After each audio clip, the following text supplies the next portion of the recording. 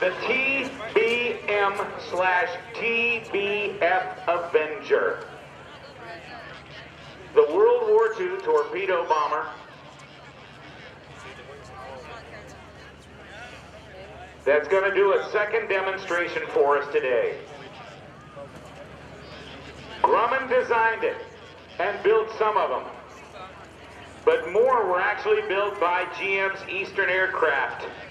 General Motors, yep, the car company, built a great number of these Avenger aircraft. Depending on whose history book you read, about 9,839 total in the production of all Avengers, 7,546 by General Motors, and the rest by Grumman, the company that designed the aircraft.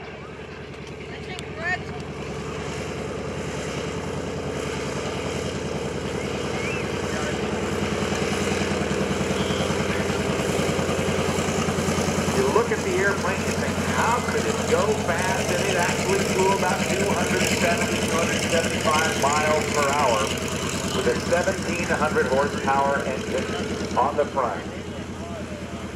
A Wright Cyclone engine, the Wright Engine Company, started by the Wright brothers. 14 cylinders, 2 rows of 7 cylinders. They're going to do a run-up, I believe, and make sure all the systems are working, and then they're going to take off, and shortly we're going to be bringing in the Horsemen in their Grumman F8F Bearcats. Then Michael Julian will take to the skies, still pressing on toward a 3 o'clock takeoff time for your United States Navy and Marine Corps Blue Angels. Celebrating 100 years of naval aviation. Let's listen to the sound. You might hear an extra growl or a snapping sound, a very harsh sound. That could be the sound of the propeller tips going supersonic. Let's listen.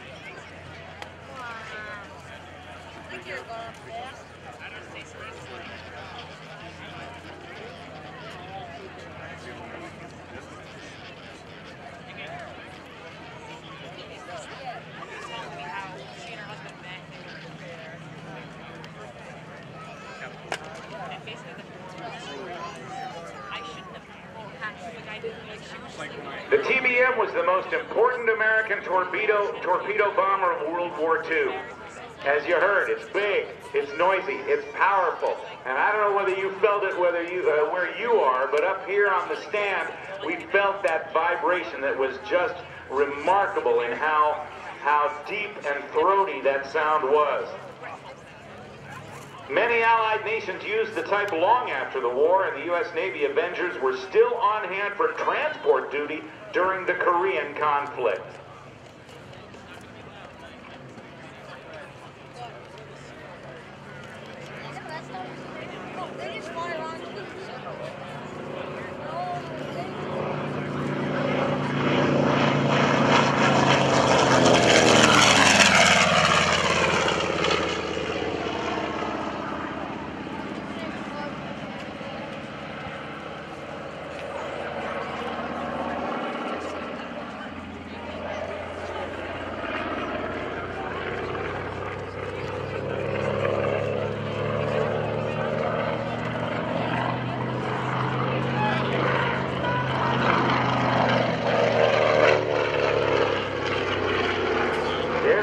Open, capable of carrying about 2,000 pounds of bombs or one torpedo.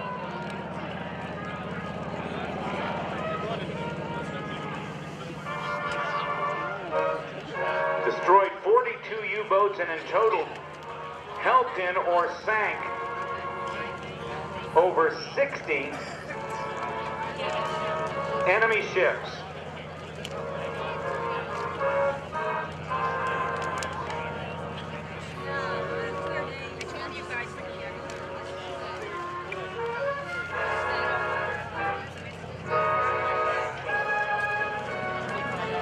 Sailors refer to these heavy torpedo bombers as flying turkeys, believe it or not, because of their size and maneuverability in comparison to the F8F Wildcat fighters.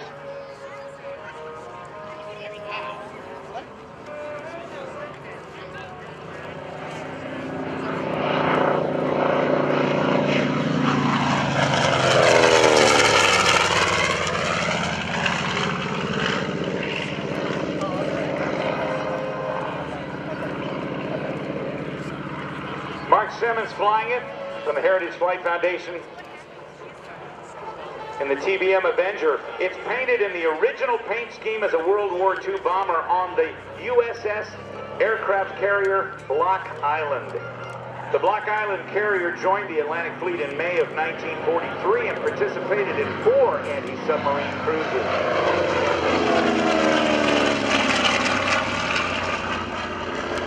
Subsequently, the Block Island carrier was charged with German U-boat attacks in the Atlantic before it was torpedoed and sunk in May of 1944. 4 aircraft were deployed from the carrier at a time, and patrol pilots observed radio silence at night, requiring them to find their way back to the carrier by dead reckoning or flying a compass heading for a designated period of time and hoping they would spot the carrier when they were close by. Dead reckoning is a method of navigation that requires computed estimated wind speed and direction against the true airspeed of the airplane. And amazingly, dead reckoning was in many cases very, very successful. One of the most successful dead reckoning navigation flight was that of Charles Lindbergh in 1927 when he flew the Spirit of St. Louis across the Atlantic.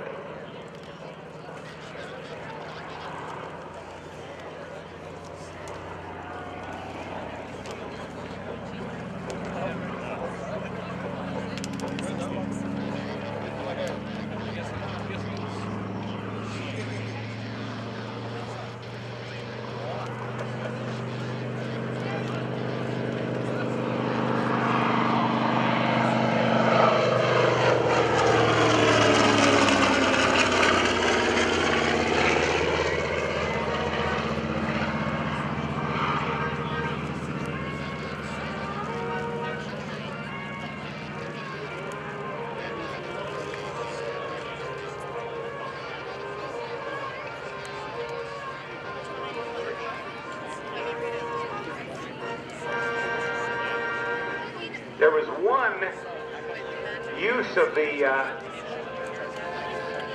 Avenger that actually saw service after World War II. World War II was the first war in which radar became a very, very important part of not only defense, but offense during the war. And to provide early warning for United States Navy carriers, the TBM 3W with a large radome entered service after the war. It had a bulbous radome underneath and just behind the engine of the aircraft, and also sported an additional 2 vertical stabilizers on the mounted to the outside portions of the horizontal tail.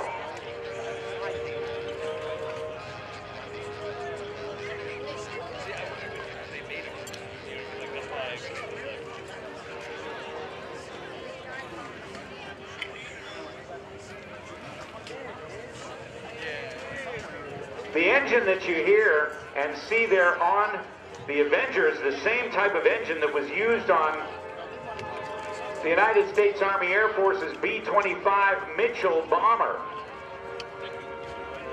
It was in April of 1942 that 16 B-25 Mitchell bombers that were designed as medium bombers, land-based aircraft that were loaded on board the USS aircraft carrier Hornet and launched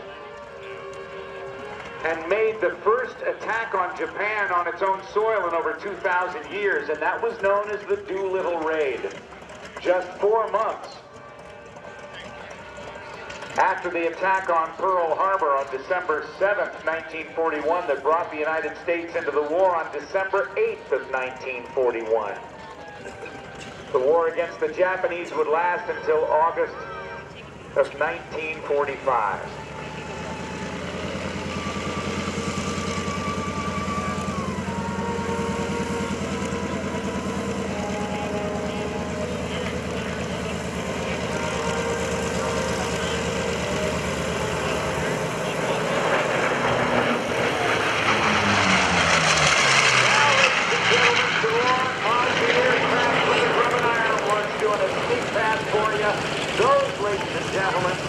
Are the Horsemen. They are Shipley and Dan Friedkin flying 2 F8F Bearcats. 2 of the fastest piston engine fighters ever built. They did not see service during World War II. But this type of aircraft was the second type of aircraft flown by the United States Navy's Flight Demonstration Squadron, the Blue Angels. From the left, here come the Horsemen.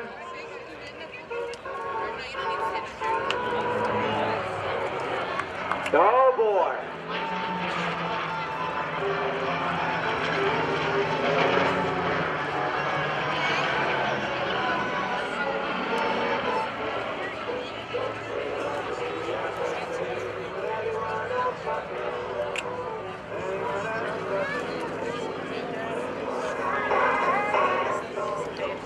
Now, ladies and gentlemen, as they prepare for a few more passes, I want you to listen to the music of Academy Award-winning composer James Horner and a piece that was written for the Horsemen. Ladies and gentlemen, from the right, here come Ed Shipley and Dan Friedkin, the Horsemen. May I have your attention, please? Ladies and gentlemen, boys and girls, in just a few moments, you will witness a truly extraordinary, historic aerial display. Right now, an F8F Bearcat is charging the show center at over 375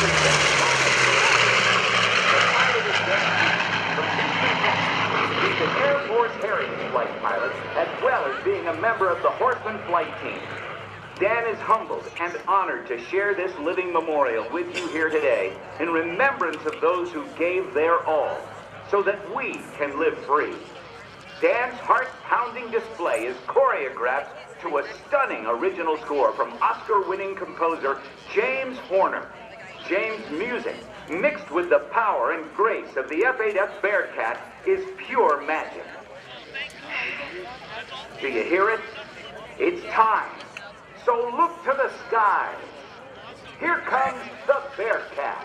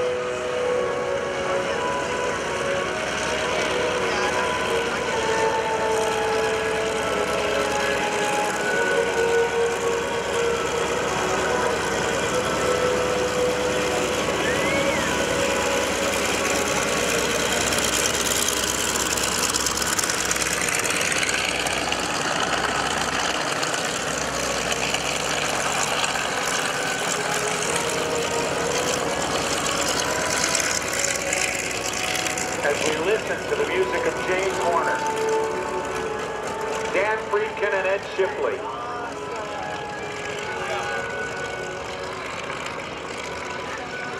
Actually, no.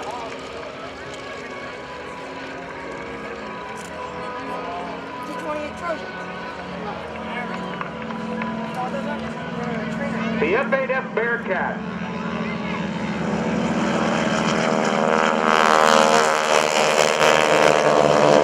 Numbers 3 and 4 from the Geico Sky Typers take off to join the rest of the team as they are on their way inbound to meet the rest of the Sky Typers.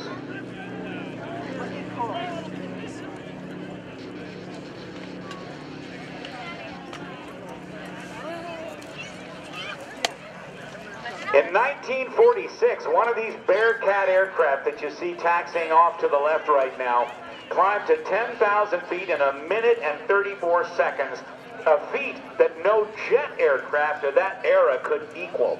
Such a performer it was with a 2,100 horsepower Pratt & Whitney 18-cylinder radial piston engine.